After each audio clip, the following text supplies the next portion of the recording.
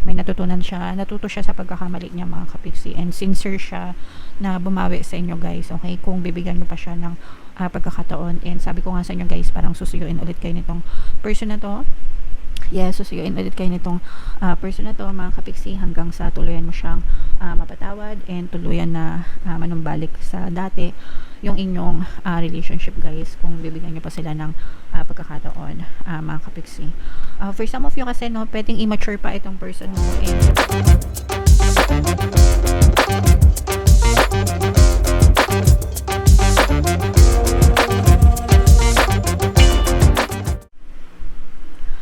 hello guys, hello Sagittarius, welcome back to Pinay Pixie Tarot. Ang pamagatang episode natin for tonight is Silip sa Pag-ibig Kapalaran para ngayong June, para sa Sagittarius, Sun, Moon, Rising Sign, and Venus.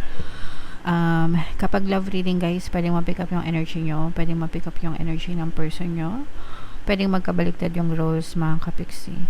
If in case hindi kayo nakaresonate dito, try nyong panoorin yung video dun sa zodiac sign ng person nyo guys, baka nandun yung energy nyo. So unahin natin tong deck na to mga kapiksi. Tingnan natin yung energy surrounding your relationship. Kung ano lang yung makaresonate sa inyo guys, take that message, kasi hindi lahat mag-resonate. So we have mirror energy. Ibig sabihin nito guys, mini-mirror nyo, sinasalamin nyo yung isa't isa, no? Kung ano yung nakikita mo sa kanya, ganun din yung nakikita niya sa'yo. O kaya parang nire-reflect niya sa'yo kung ano yung ikaw. Nagets nyo ba? So parang sinasalamin nyo yung isa't isa.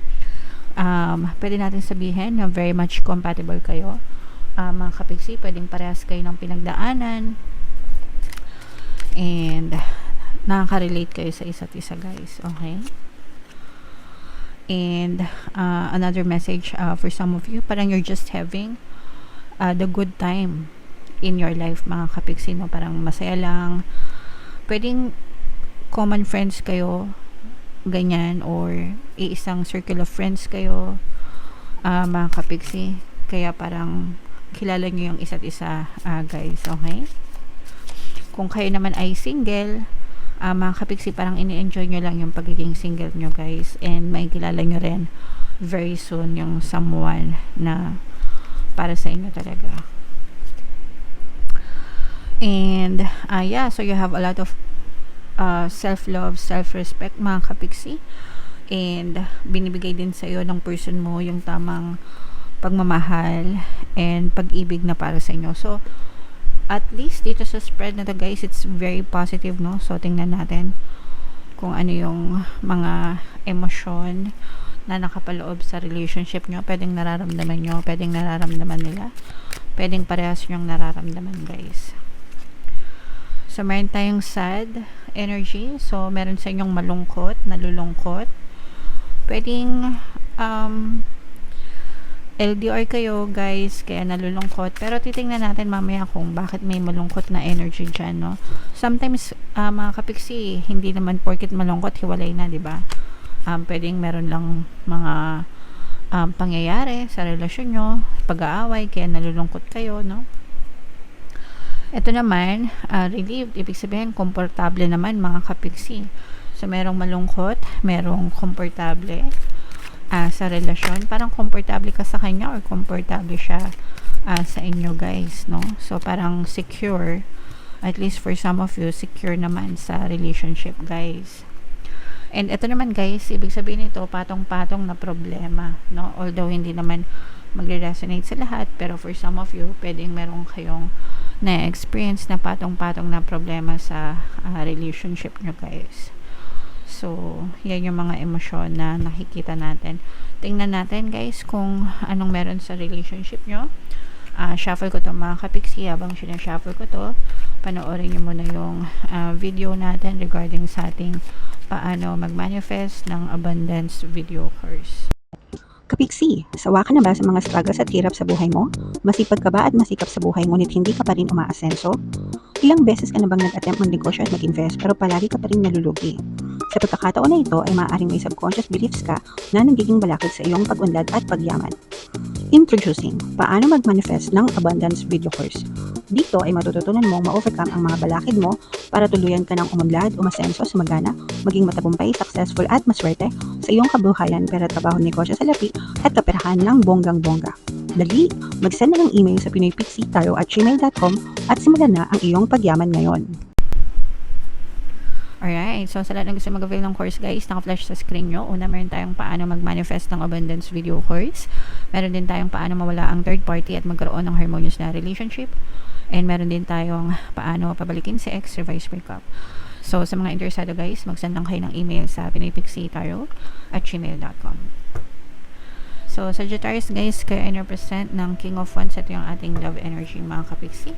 Tatag natin yung spread nyo. And again guys, sa mga naghahanap ng mga pampaswerte na lucky charms, lucky bracelet, may mga items tayo sa description box nitong video.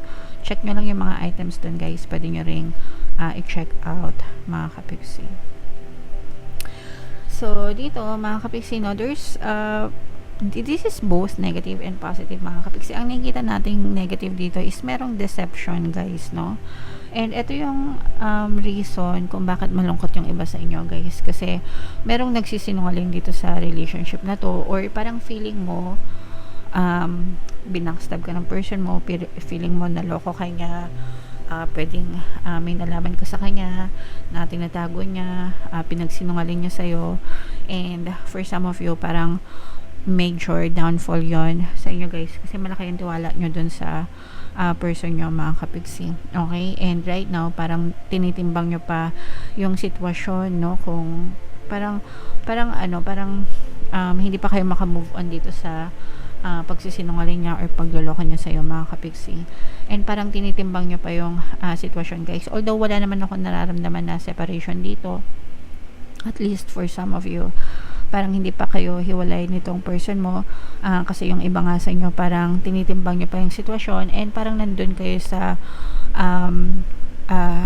stage na parang binibigyan nyo pa ng chance itong person nyo, and you're trying to heal, no, from this relationship mga kapixie, or from the deception, no, parang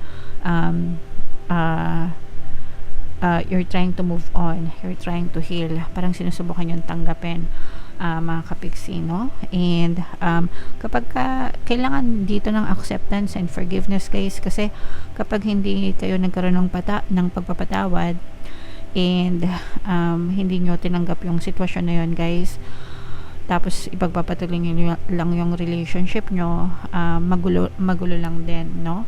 Pero kung gusto nyo maging okay yung relationship nyo, gusto nyo pang ipagpatuloy, kailangan dito ng pagpapatawad mga kapixie. And nakikita naman natin dito guys na parang nagsisi naman yung person mo sa pagkakamali niya, and this person parang gusto niyang bumawi sa inyo mga kapixie, no? Unti-unti, and actually yung person mo parang natuto siya dun sa kanyang pagkakamali mga kapixie, and parang gusto niyang bumawi sa iyo, no? Parang gusto niyang patunayan na yes, nagkasala siya, probably one time, pero desidido siya na ayusin yung relationship niyo mga kapixie. So depende na lang yun sa inyo mga kapixie kung bibigyan nyo ng chance or hindi yung person. There are some people na ayan, no, this person siya, parang nagpapakatao siya na magbago, no? So sincere yung kanyang intention na magbago, mag-mature, may natutunan siya, natuto siya sa pagkakamali niya mga kapixie, and sincere siya na bumawi sa inyo guys, okay, kung bibigyan nyo pa siya ng pagkakataon. And sabi ko nga sa inyo guys, parang susuyuin ulit kayo nitong person na to.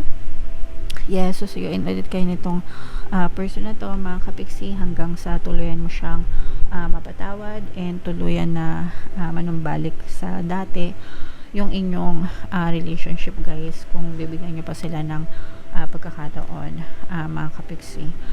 For some of you kasi, no, pwedeng immature pa itong person mo, and right now parang natututo na siyang mag-mature dahil dun sa mga pagkakamali na na-realize niya. Okay, so kung handa kayong tanggapin siya and handa kayong mag-mature together sa relationship, pwede naman guys. Hindi naman lahat nakukuha sa hiwalayan, 'di ba? Merong iba na kapag nakagawa ng kasalanan, ayaw na, hiwalay na. Yung iba naman why not, no? Magtiis tayong dalawa. And that's fine. Kanya-kanyang preference yan, mga kapiksi. So, may mga subliminals tayo. Relationship subliminals, guys, na pwedeng makatulong sa inyo in case na gusto nyong ipaglaban yung mga relationship nyo, mga kapiksi. Alright? So, comment down below if feeling nyo love story nyo yan, guys. Bunot lang tayo ng love message or love advice para sa inyo. Make the effort, no? This love is worth taking risks. You are called to move forward. So, again, guys, kung gusto nyong ipaglaban, kung gusto nyong ipagpatuloy, kailangan nyong effortan, guys, no? And yung relationship, guys, pinagdadasal talaga yan, ini-effortan talaga yan from day 1, from day 0, no? Wala pa sa buhay nyo, diba, pinagdadasal nyo na, lalo na pag nandyan na yung person nyo, binigay na sa inyo ng universe, diba, mas lalong kailangan yung ipagdasal and kailangan yung effortan, guys, no, para talagang mag-work, mga kapiksi. It's a lifetime commitment, especially kung kasal na kayo or mag-asawa na kayo, guys, okay? Hindi pwede yung babanching na lang. Alright. So, yeah. Comment down below, guys, if feeling nyo naka-resonate kayo dyan. Kung love story nyo ba yan, mga kapiksi. And for more tarot readings, guys, ito yung playlist nyo. Ito naman yung ating success stories ng paano mag-manifest ng abundance video course. Thank you for liking, sharing, and subscribing, guys. See you next time. I love you all. Have a nice day. Bye-bye.